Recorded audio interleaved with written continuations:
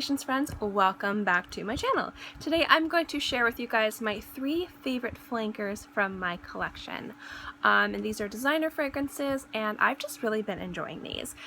So if you want to know my top 3 flankers, and then keep watching.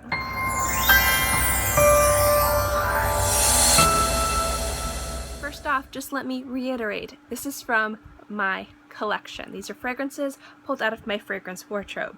This does not mean that these are my top favorite flankers in general, and most of these, if not all of these, are considered to be feminine fragrances or unisex fragrances. So this isn't even including the masculine fragrances that have a lot of flankers, and some of them are even left more than the original. These are just flankers I have in my collection that I really enjoy and I reach for all the time. So I figured it would be fun to bring you a top 3 rather than a top 5 or a top 10. I'm not going to list this in any order, and I'm really not going to go too much into notes. I'm just going to tell you why I like it and compare it to my thoughts on the original, so that way you can get a basic idea of what I think. If you would like a review of any of these fragrances from me, let me know in the comment section below. But let's get into it.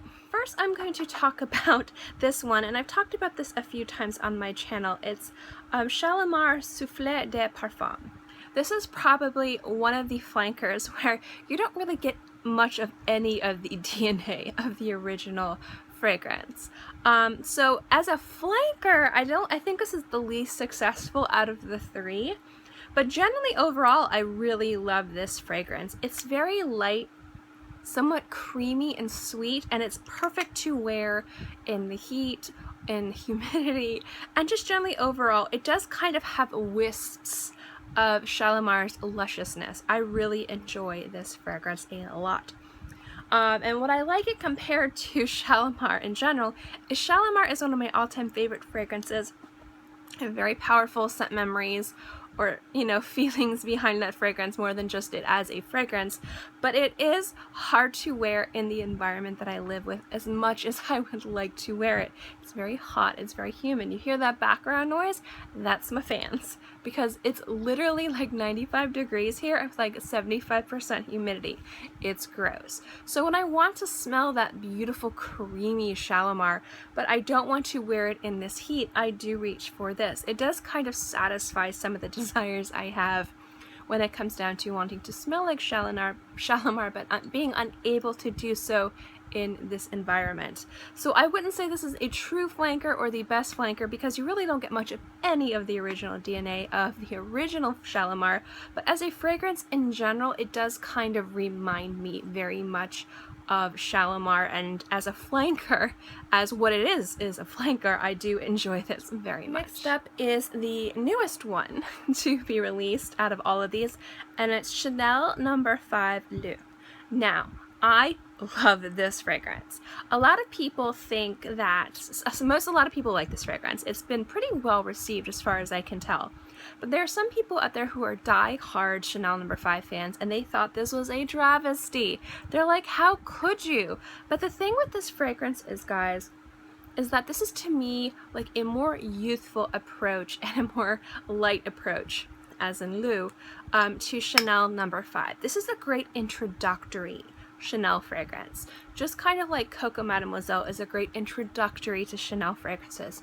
Chanel fragrances to me are very distinctive. They have a very specific point of view.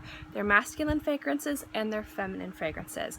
A lot of times people get kind of scared when they hear of Chanel No. 5 because it's something that their mom wore, something that they knew in their life wore, and they just kind of think of it as being matronly or like old, but it's not. It's one of those fragrances I think that is so versatile. Anyone can wear it anywhere. You can wear it casually, you can wear it formally, you can wear it on dates, you can wear it eating popcorn in a movie theater, watching some Pixar movie with your kids. It's really one of those fragrances that just elevates any situation that you're in. It's an absolutely fantastic, breathtaking, modern, classic, old world, vintage masterpiece. It just fits everywhere, and I really truly feel that way about Chanel No. 5. But it is on the heavier side, and so sometimes the smell of it can absolutely transcend space and time, but you as the wearer, it might be a little bit too heavy of an environment for you to be comfortable wearing it. And that's where I love Lou. I love Lou because it's a little bit lighter, it's a little bit fresher, a little bit more citrus. It's a lot more comfortable to wear in the heat or for ultra casual things, like if I'm going to get my car cleaned and I'm going to be sitting outside while I vacuum my car for 45 minutes in the heat with no air, sweating. This is such a great fragrance for that because it's refreshing, it's bright, it's just really, really beautiful, and you really do get the heart of Chanel No. 5. And so if you're interested in seeing if you liked Chanel No. 5, if you're seeing if you like Chanel fragrances, and that's the type of fragrances you like to wear, not only do I think this is a very successful flanker, I think this is a beautiful introductory fragrance into Chanel fragrances. I feel the same way about Coco Mademoiselle, but this is definitely one of my favorite flankers. Last but not least is not only my favorite flanker, although these are in no particular order, this is one of my favorite fragrances in general, and it is Viktor Rolf Flowerbomb Rose Explosion. This is gorgeous. Not only does this stay true to the Flowerbomb DNA, but it adds this beautiful kind of spicy saffron note to it. And this just like really blast of rose that I think really makes this fragrance stand out above Flowerbomb. Now, I really enjoy Flowerbomb. I wear it a lot, but I have a small bottle of it because I don't reach for it all the time. But when I do really want it, I really want Flowerbomb, and I really enjoy it. The other flanker from Viktor Rolf that I enjoy is La Vie en Rose. That one is beautiful as well, and that's a little bit more on the lighter side. But when I was deciding between the three, I decided I wanted to just choose one from each house, and this one most definitely beats out any other flanker I have in my collection. This is one of those fragrances that once you experience it, it doesn't like take you away from every other fragrance, but it kind of makes you forget about every other fragrance that you've smelled, and you just completely like, this is the one, like you enjoy it. Whenever I smell this fragrance, it just kind of like takes all of my attention, and I'm like, I love this. Oh my gosh, you're amazing. It's that good. And then I remember that I like a variety of different things and I get grounded again. But it is just very beautiful. It's a very transportive fragrance. It kind of takes you to this magical place, while at the same time being very sexy, very floral, a little bit spicy, and the rose in this is just stunning. It's also very easy to wear and also very easy to understand. So generally overall, I think this is very successful. I absolutely adore this fragrance, and I keep trying to see if I can buy it a backup bottle of this. I'm very sparing with this because I don't know when they're going to release it again. It's been a while. But I do love this, and if you have the chance to get your hands on this, this is one of the fragrances that I would say if the only way you can get it is buying blind, then buy it blind, because I think it's definitely worth taking the risk on. Thank you guys so much for watching this video. I hope you enjoyed it. I'd love to know your favorite flankers, which ones in your collection, or just in general, maybe you don't own them yet. Do you just love and reach for? Which ones do you think are more successful than the original formula, or maybe ones that are wonderful breaths of fresh air that just kind of breathe new life into a fragrance that's maybe already a staple in people's collection and just kind of adds just something new to it, or something more introductory. And when I say that, I'm kind of talking about Lou. I just love flankers. I think that they're such a fantastic way to appreciate something again and again and again and again and again.